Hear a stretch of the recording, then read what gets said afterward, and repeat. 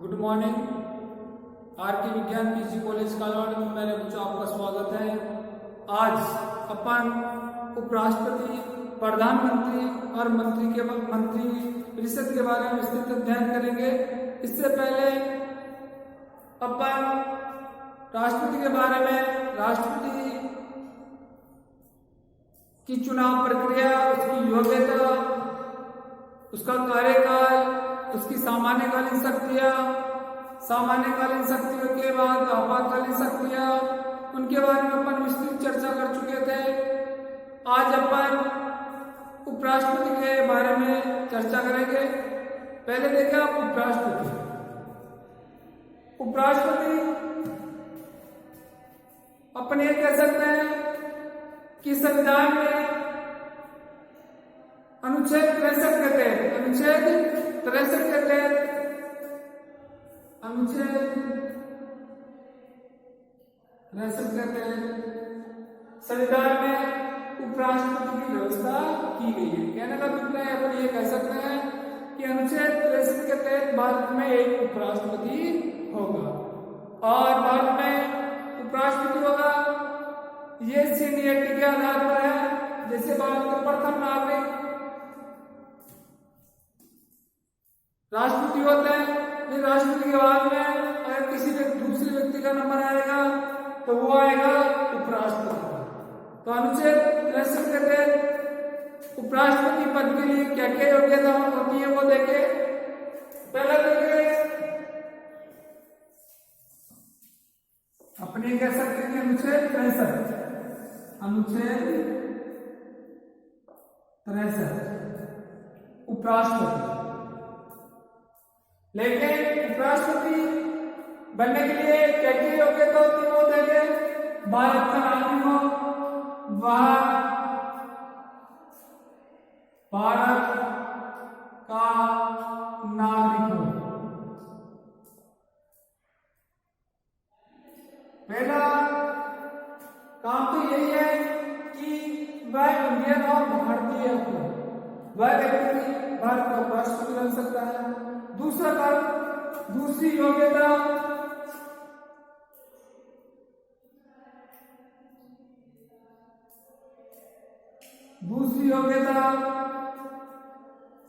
आयु 25 वर्ष,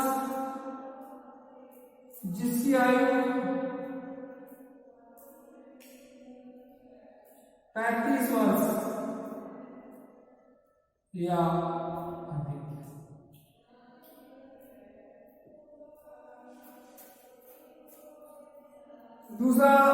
दूसरी योग्यता यही है कि उपराष्ट्रपति वही व्यक्ति बन सकता है जिसकी आयु 35 वर्ष से अधिक हो। तीसरा है पागल या दिवालिया न हो, पागल या दिवालिया ना हो, पागल ना हो, मानसिक बुद्धि से विकृत ना हो और दिवालिया ना हो। कहना मतलब भारत सरकार या भारत सरकार के ऐसे उपक्रम जो जिसका वो ऋण ले रखा है और उसको चुकाने में वह ऐसा करता है और उसको भारत सरकार या उसका जो उपक्रम उसको दिवालिया घोषित कर देता है, तो वह व्यक्ति उपराष्ट्रपति पद के लिए योग्य नहीं होता है। उसका तीसरी योग्यता यही है कि वह राज्यसभा का सदस्य निर्वाचित होने की योग्यता रखता हो।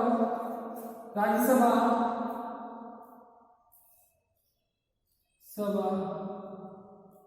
के सदस्य बनने की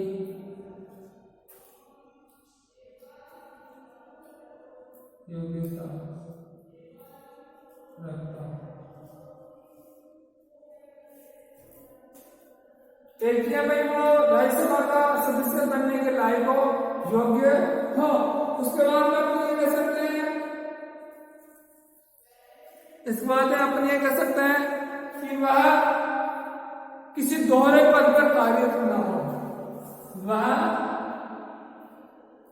किसी लाभ के पद पर कार्यरत ना हो वह व्यक्ति ही भारत का उपराष्ट्रपति बन सकता है। तो अपन ये कह सकते हैं प्यारे बच्चों, उपराष्ट्रपति के लिए भारत के संविधान में यह व्यवस्था की गई है कि अनुच्छेद 63 के तहत भारत में एक उपराष्ट्रपति होगा जो राष्ट्रपति के बाद उसकी गणना की जाएगी। उसके लिए योग्यता वह भारत का नागरिक हो, दूसरा उसकी आयु 35 वर्ष या 35 वर्ष पूरी कर चुका हो या 35 वर्ष से अधिक हो, पागल या दिवालिया न हो, राज्यसभा का सदस्य बनने के योग्य हो या राज्यसभा का सदस्य बन सकता हो। फिर उसके बाद में अपन ये कह सकते हैं कि वह किसी दोहरे पद पर कार्यरत ना हो, किसी लाभ के पद पर कार्यरत ना हो, वह व्यक्ति भारत का उपराष्ट्रपति बन सकता है। तो कहने का अभिप्राय यही है कि भारत में अब तक जो राष्ट्रपति बने उनमें जो भारत के प्रथम उपराष्ट्रपति रहे वो अपन देखते हैं। उसके बाद में जो उपराष्ट्रपति है, उपराष्ट्रपति के लिए जो निर्वाचक मंडल है वो देखें। उपराष्ट्रपति पद के लिए निर्वाचन मंडल, लेकिन निर्वाचन मंडल से पहले आप ये देख सकते हो, ऐसे से आप स्क्रीनशॉट ले सकते हो। अब उपराष्ट्रपति के लिए पद निर्वाचन, उपराष्ट्रपति पद के लिए निर्वाचन देंगे। इसको मैं मिटाता हूं।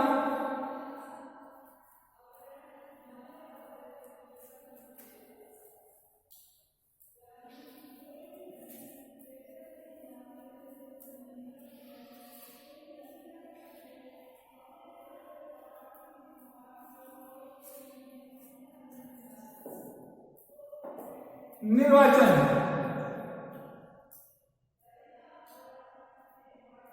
यानी कि चुनाव।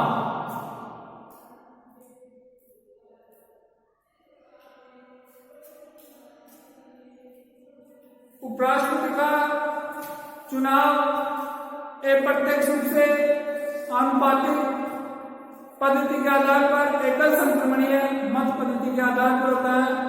तो कहने का अभिप्राय यह है कि जिस प्रकार से अपन राष्ट्रपति का चुनाव करते हैं उसी के समकक्ष भारत के उपराष्ट्रपति का चुनाव होता है। इसमें संसद के जो सदस्य है, संसद के जो चुने हुए सदस्य होते हैं वो संसद के निर्वाचित सदस्य हैं। संसद के निर्वाचित सदस्य लोकसभा और राज्यसभा।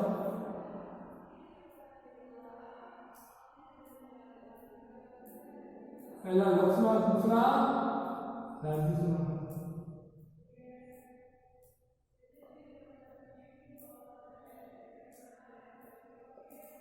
ये सदस्य इनका चुनाव करते हैं। एकल संक्रमणीय पद्धति, एकल संक्रमणीय मत पद्धति वो जो अनुपात में होता है।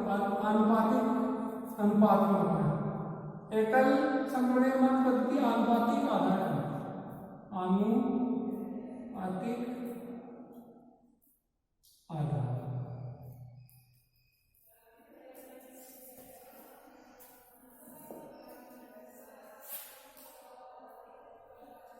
तो कहने का अभिप्राय यही है कि जिस प्रकार से भारत के राष्ट्रपति का चुनाव होता है उसी प्रकार अप्रत्यक्ष रूप से 50 से क्या यानी कि न्यूनतम कोटे का आधार पर। कहने का अभिप्राय यही है कि आनुपातिक मत पद्धति, अनुपात के आधार पर इनका चुनाव होता है और एक व्यक्ति होता है। जैसे इसमें जिस प्रकार से राष्ट्रपति ए बी सी और डी एक पर फॉर्मा दिया जाता है, पहली पसंद के व्यक्ति को, फिर दूसरे पसंद के व्यक्ति को, फिर तीसरे पसंद के व्यक्ति को। अगर अपन को बी पसंद है तो इसको 1 दे देंगे, सी है तो इसको 2 दे देंगे, ए है तो इसको 3 दे देंगे और डी है तो 4 दे देंगे। और फॉर्मूला नंबर 50+1 के हिसाब से इसका न्यूनतम कोटा निकाल लिया जाता है, न्यूनतम आंकड़ा निकाल लिया जाता है। और जिस व्यक्ति को प्रथम पसंद किए, जिस व्यक्ति को अगर इसके आधार पर उसको मत मिल जाते हैं तो भारत का उपराष्ट्रपति होगा। इस प्रकार से उसका जो निर्वाचन मंडल है, जो चुनाव होता है, इस प्रकार से होता है। क्वेश्चन यही आता है कि उपराष्ट्रपति के निर्वाचन मंडल में कौन कौन शामिल होते हैं? लोकसभा और राज्यसभा के सदस्य। उसके बाद में हम ले जाएंगे कि पद से हटाने की प्रक्रिया। लेकिन पद से हटाने की प्रक्रिया से पहले हम ये कह सकते हैं कि उसका कार्यकाल,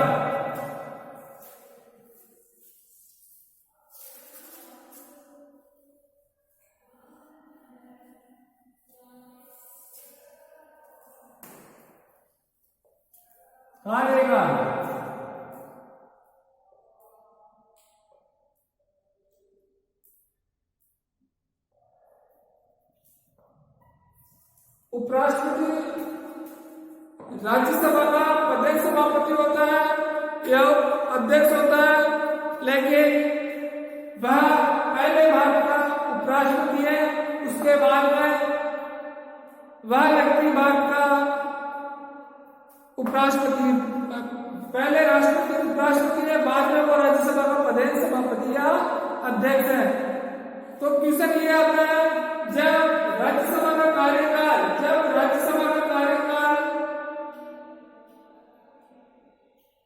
राज्यसभा का कार्यकाल कितने साल का होता है? 6 साल। और उपराष्ट्रपति का कार्यकाल 5 साल। जब उपराष्ट्रपति का कार्यकाल 5 है तो ये राज्यसभा का प्रदेश सभापति है या उपराष्ट्रपति। मैं पहले ही बता चुका हूं कि ये राज्यसभा का प्रदेश सभापति पहले नहीं है, बल्कि सबसे पहले ये भारत का उपराष्ट्रपति है। और भारत के उपराष्ट्रपति का कार्यकाल 5 साल का ही होता है। इसलिए प्रदेश सभापति बाद में है और उपराष्ट्रपति पहले है। तो अपन ये कह सकते हैं कि उपराष्ट्रपति का कार्यकाल 5 साल का होता है। उसके बाद में शपथ, जब उपराष्ट्रपति का चुनाव हो जाता है तो उनको शपथ कौन दिलाता है? तो उपराष्ट्रपति को शपथ दिलाने की एक लंबी प्रक्रिया है। तो अपन ये कह सकते हैं कि संविधान के अनुसार कर्तव्य निष्ठा और गोपनीयता की शपथ उपराष्ट्रपति को भारत के राष्ट्रपति के द्वारा ही दिलाई जाती है। तो अपन ये कह सकते हैं उपराष्ट्रपति को शपथ राष्ट्रपति के द्वारा ही दिलाई जाती है। फिर उसके बाद में अपन ये कह सकते हैं कि जो उपराष्ट्रपति है उसको वेतन और भत्ते संसद द्वारा ही निर्धारित किए जाते हैं। और 1,25,000 उपराष्ट्रपति को वेतन और भत्ते दिए जाते हैं, वेतन दिया जाता है वहां से। इसके अलावा जो अन्य सुविधाएं हैं वो निःशुल्क दी जाती है। शपथ उपराष्ट्रपति दिलाएगा, उपराष्ट्रपति को राष्ट्रपति दिलाएगा, वेतन दिया है। अब उसको पद से हटाने की प्रक्रिया, राष्ट्रपति को पद से हटाने की प्रक्रिया, उपराष्ट्रपति को पद से हटाने की प्रक्रिया सर्वप्रथम वैसे संसद के द्वारा, संसद उसको हटा सकती है उपराष्ट्रपति को, लेकिन संसद के द्वारा पहले उस पर कार्य किया जाता है, प्रतिक्रिया की जाती है। उसके बाद में सर्वप्रथम महाभियोग या किसी अन्य कारण से या अन्य प्रकार में उसमें राज्यसभा में वो अपना त्याग पत्र देगा, या फिर राज्यसभा में त्याग पत्र नहीं दे पाता है तो लोकसभा में वो स्वीकृत नहीं होगा। तो कहने का अभिप्राय है वो अपना त्याग पत्र या उससे पद से हटाएंगे तो राष्ट्रपति हटाएंगे, लेकिन उस पर महाभियोग या अन्य किसी प्रकार की योग्यता या सक्षमता पाई जाती है तो वह राज्यसभा के द्वारा उसमें कदाचारी या उस पर महाभियोग की प्रक्रिया लगाकर उसको पद से हटा सकता है। तो अपन ये कह सकते हैं कि जो राष्ट्रपति की जो चुनाव विधि है, कार्य विधि है, वो अपन इस प्रकार से कर सकते हैं, लेकिन उपराष्ट्रपति की जो कार्य है वो देंगे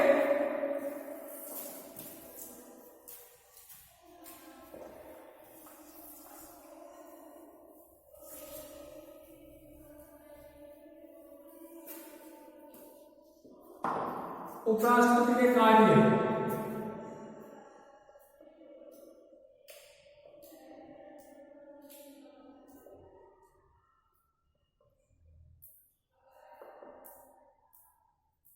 पहले बच्चों वैसे तो उपराष्ट्रपति का कोई विशेष कार्य नहीं है, लेकिन अपन ये कह सकते हैं कि जो उपराष्ट्रपति है वो राज्यसभा का पदेन सभापति है, राज्यसभा का पदेन सभापति है।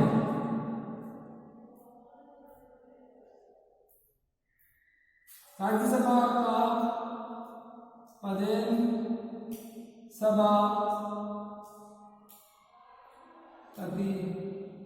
है, इसलिए वो राज्यसभा की बैठकों की अध्यक्षता करता है, या राज्यसभा में किसी प्रकार का कोई वाद विवाद हो जाता है उसका सुलझा निपटारा करता है या उसमें सुलह करवाता है, तो राज्यसभा में अध्यक्षता पदेन सभापति के द्वारा ही की जाएगी। और जो पदेन सभापति कौन होता है? उपराष्ट्रपति। उसके बाद में दूसरा जो शक्ति है उपराष्ट्रपति की, अगर राष्ट्रपति की मृत्यु हो जाए, अगर राष्ट्रपति की मृत्यु हो जाए या किसी कारणवश से वो बीमार हो जाए या किसी कारणवश से वो संसद का या देश की भाग को नहीं संभाल पा रहा है, नहीं पा रहा है, उस स्थिति में उपराष्ट्रपति राष्ट्रपति का कार्यभार संभालेगा और अधिकतम वो 6 महीने तक ही संभाल पाएगा। तो कहने का अभिप्राय यही है कि उपराष्ट्रपति के पास ज्यादा शक्तियां नहीं है, तो पदेन सभापति होता है और राज्यसभा का जब पदेन सभापति होगा तो उसकी जो व्यवस्था है, उसके जो सभासद सदस्यों की अध्यक्षता वगैरह और राष्ट्रपति की अनुपस्थिति में राष्ट्रपति का कार्यभार संभालेगा। उसके बाद में आगे अपन देखते हैं। तो प्यारे बच्चों, अपन उपराष्ट्रपति के बारे में चर्चा करें, उसकी शक्तियां पढ़ें। उसके बाद में अपन अगला जो पॉइंट है वो प्रधानमंत्री के बारे में इसकी चर्चा करें। अपन ये कह सकते हैं कि जो प्रधानमंत्री है भारत में लोकतंत्र है, और जब लोकतंत्र है तो उस लोकतंत्र की बागडोर जनता के हाथों में होती है। जनता के हाथों में होगी तो जनता इस प्रकार की शासन पद्धति के माध्यम से, चुनाव प्रक्रिया के माध्यम से अपने प्रतिनिधि अपन में से ही, यानी आम जनता में से कुछ प्रतिनिधि संसद में भेजती है। जब संसद में भेजेगी तो उनका चुनाव जनता ही करती है, जिसकी आयु करीबन 18 साल 18 वर्ष से अधिक हो, जिसको जो व्यक्ति अपना मत दे सकता है वह व्यक्ति सरकार को चुनने में सक्षम हो जाता है। तो अपन ये कह सकते हैं कि अनुच्छेद 76, इससे पहले अनुच्छेद 76 भारत में संसदीय व्यवस्था है। भारत में कौन सी व्यवस्था है? संसदीय शासन व्यवस्था।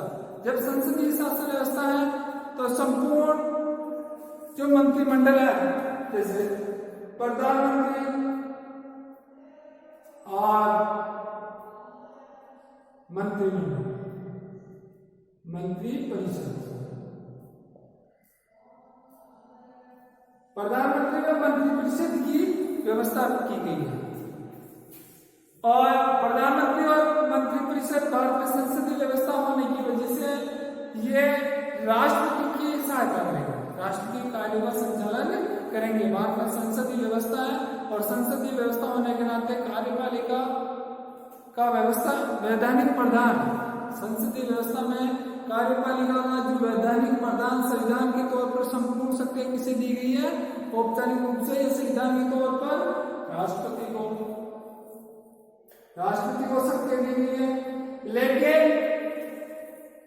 वास्तविक प्रयोग अपने जो प्रधानमंत्री महोदय हैं, जो अनुच्छेद 75 के तहत, अनुच्छेद 75 के तहत प्रधानमंत्री होता है, जो राष्ट्रपति के द्वारा अनुच्छेद 75 के तहत प्रधानमंत्री की नियुक्ति करता है। अनुच्छेद 75 के तहत राष्ट्रपति के द्वारा प्रधानमंत्री की नियुक्ति की जाती है।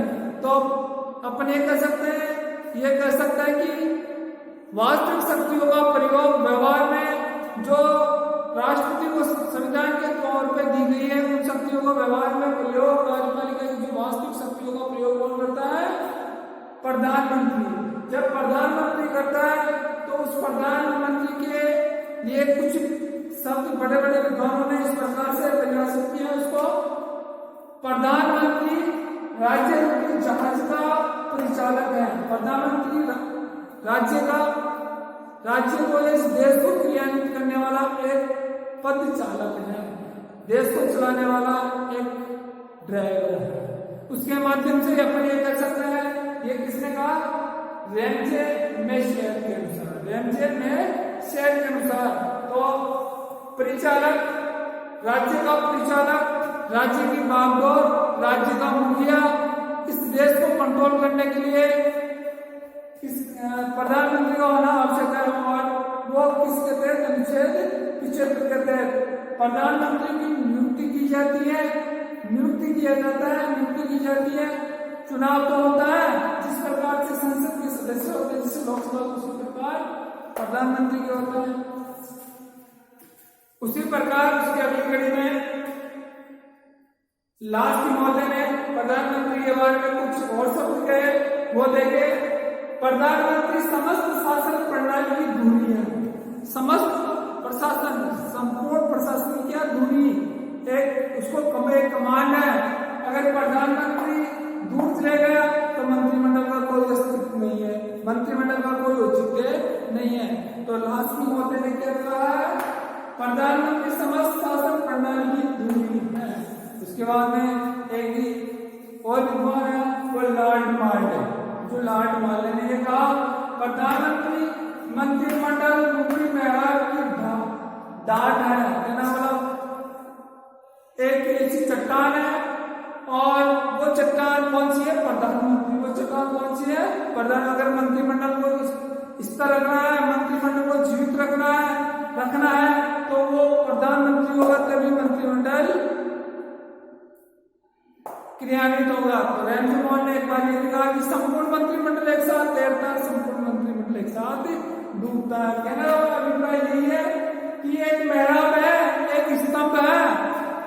तो प्रधानमंत्री की नियुक्ति राष्ट्रपति के द्वारा की जाती है।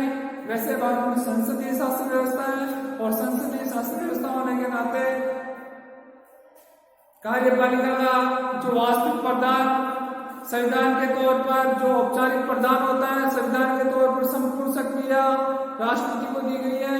लेकिन वास्तविकता में उन शक्तियों का प्रयोग प्रधानमंत्री के द्वारा की जाती है और प्रधानमंत्री के माध्यम से ही संपूर्ण देश का, भारत देश में जो संसदीय शासन व्यवस्था है, उन संपूर्ण शासन व्यवस्था क्रियान्वित होती है। तो राष्ट्रपति के लिए तो कहने का अभिप्राय यही है कि जो प्रधानमंत्री की नियुक्ति अनुच्छेद 75 के तहत भारत के राष्ट्रपति के द्वारा की जाएगी। संविधान के तौर पे या संविधान में तो ऐसा कोई प्रावधान नहीं है जिसमें राष्ट्रपति के द्वारा ही प्रधानमंत्री की नियुक्ति की जाती है। लेकिन भारत में जो संसदीय व्यवस्था है और संसदीय व्यवस्था होने के नाते मंत्रिपरिषद लोकसभा के प्रति उत्तरदायी होती है। संसदीय व्यवस्था होने के कारण संसदीय व्यवस्था है तो संसदीय व्यवस्था में मंत्रिपरिषद लोकसभा के प्रति उत्तरदायी होती है। इस वजह से राष्ट्रपति बहुमत प्राप्त दल के नेता को ही प्रधानमंत्री नियुक्त करता है, या फिर अगर बहुमत नहीं मिलता है या दो दलों को स्पष्ट बहुमत नहीं मिलता है तो राष्ट्रपति किसी एक पार्टी को जिसको सबसे ज्यादा मत मिले, सबसे ज्यादा बहुमत मिले या सबसे ज्यादा सीटें मिलती है उसको प्रधानमंत्री है अपनी पार्टी बनाने का, प्रधानमंत्री बनने और अपनी सरकार बनाने का न्योता देता है। अगर वो सफल हो जाती है तो इसको अपन त्रिशंकु सरकार या मिली सरकार के नाम से संबोधित करता है। तो प्रधानमंत्री की नियुक्ति राष्ट्रपति के द्वारा की जाती है, लेकिन संविधान में इसके स्पष्ट दिशा निर्देश नहीं है। इस वजह से संसदीय शासन है भारत में, और संसदीय शासन में मंत्रिपरिषद लोकसभा के प्रति उत्तरदायी होती है, और जब मंत्रिपरिषद लोकसभा के प्रति उत्तरदायी होती है उसी को मद्देनजर रखते हुए राष्ट्रपति बहुमत लोकसभा में बहुमत प्राप्त व्यक्ति को ही प्रधानमंत्री नियुक्ति करता है। आगे देखते हैं, आप इसको एक बार स्क्रीनशॉट ले सकते हो। इसके बाद में अपन ये कहेंगे कि प्रधानमंत्री की शक्तियां क्या कार्य है। उतारे प्यारे बच्चों, मैं इनको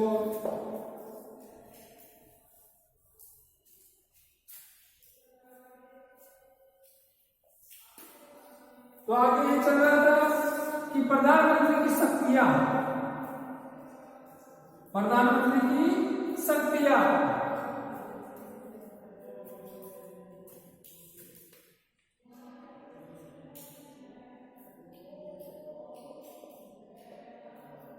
शक्ति बोले या कार्य बोले, सर्वप्रथम भारत में कार्यपालिका का वास्तविक प्रधानमंत्री होता है। जब प्रधानमंत्री होता है तो निश्चित तौर पर मंत्रिपरिषद का निर्माण करेगा। पहली शक्ति कौन सी है? मंत्री परिषद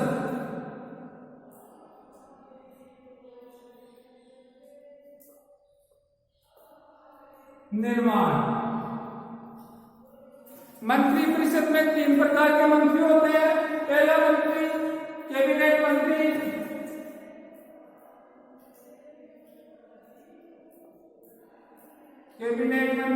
या ये कर सकते हैं कैबिनेट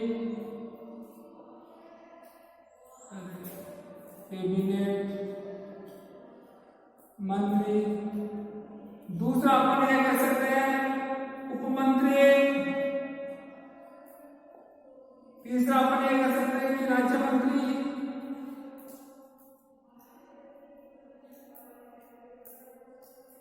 तो मंत्रिपरिषद में 3 प्रकार के मंत्री होते हैं।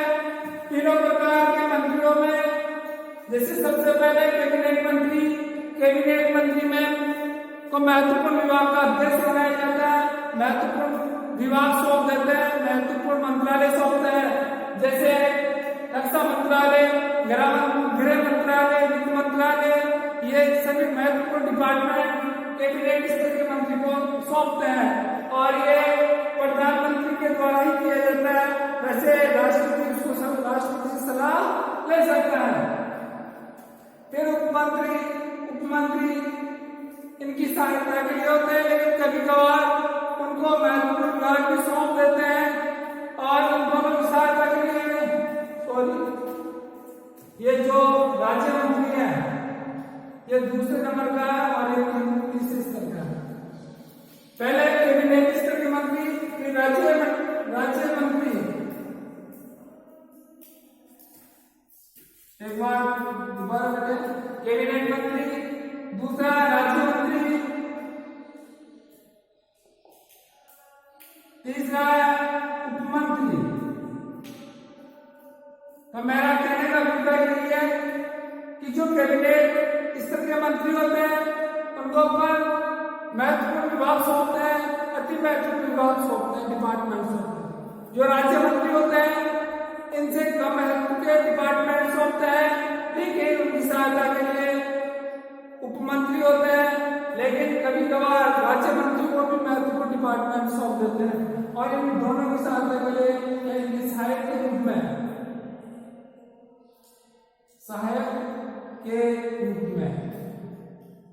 उपमंत्री कार्य करते हैं। तो कहने का अभिप्राय यही है कि प्रधानमंत्री का पहला कार्य है मंत्रिपरिषद का निर्माण करना। किस मंत्री को कैबिनेट बनाया जाएगा, किसको राज्य मंत्री बनाया जाएगा और किसको उपमंत्री बनाया जाएगा। दूसरा कार्य देखो शासनाध्यक्ष के रूप में भूमिका। दूसरा कार्य देखो शासन या शासनाध्यक्ष के रूप में भूमिका। शासनाध्यक्ष के रूप में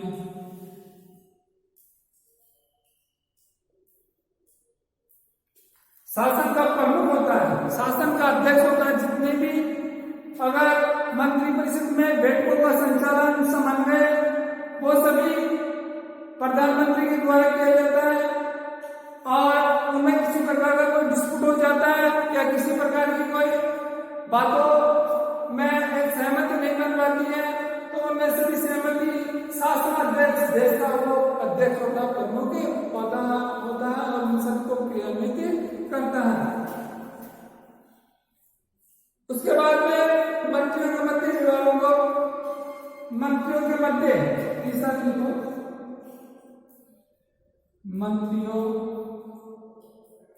के मध्य विभागों का वितरण। तीसरा कार्य यह है कि प्रधानमंत्री के द्वारा ही डिपार्टमेंटों में कैबिनेट स्तर के मंत्री, राज्य स्तर के मंत्री और उपमंत्रियों को वितरित किया जाता है। किसी व्यक्ति को रक्षा मंत्रालय में, किसी व्यक्ति को कैबिनेट मंत्री के माध्यम से गृह मंत्री बनाया जाए, किसको संसद मंत्री बनाया जाए, किसको रेल मंत्री बनाया जाए, ये सभी प्रधानमंत्री द्वारा वितरित किया जाता है डिपार्टमेंट। और जब चाहे प्रधानमंत्री उन डिपार्टमेंटों में फेरबदल भी कर सकता है या फिर उनको उस पद से हटाकर मात्र एक सांसद के रूप में भी लाने की क्षमता रखता है। उसके बाद में अपन ये कह सकते हैं कि मंत्रिपरिषद का नियंत्रण व समन्वय, मंत्रिपरिषद का नियंत्रण और समन्वय वो देखे मंत्रियों के मध्य मंत्रिपरिषद का नियंत्रण व समन्वय। मंत्री परिषद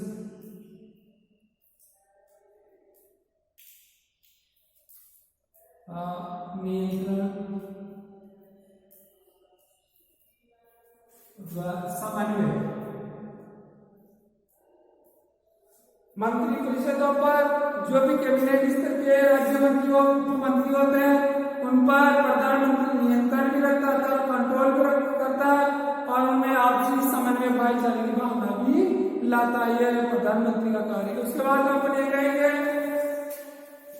कि लोकसभा का नेता, निश्चित तौर पर प्रधानमंत्री लोकसभा का नेता होता है और लोकसभा में बहुमत दल के नेता को प्रधानमंत्री नियुक्त करते हैं। तो अपन ये कह सकते हैं प्रधानमंत्री लोकसभा का बहुमत दल का नेता होता है और जो बहुमत दल का नेता होता है तो लोकसभा का प्रमुख भी वही होगा और लोकसभा का बहुमत दल का नेता के रूप में उसको अपन पहचानेंगे, जानेंगे।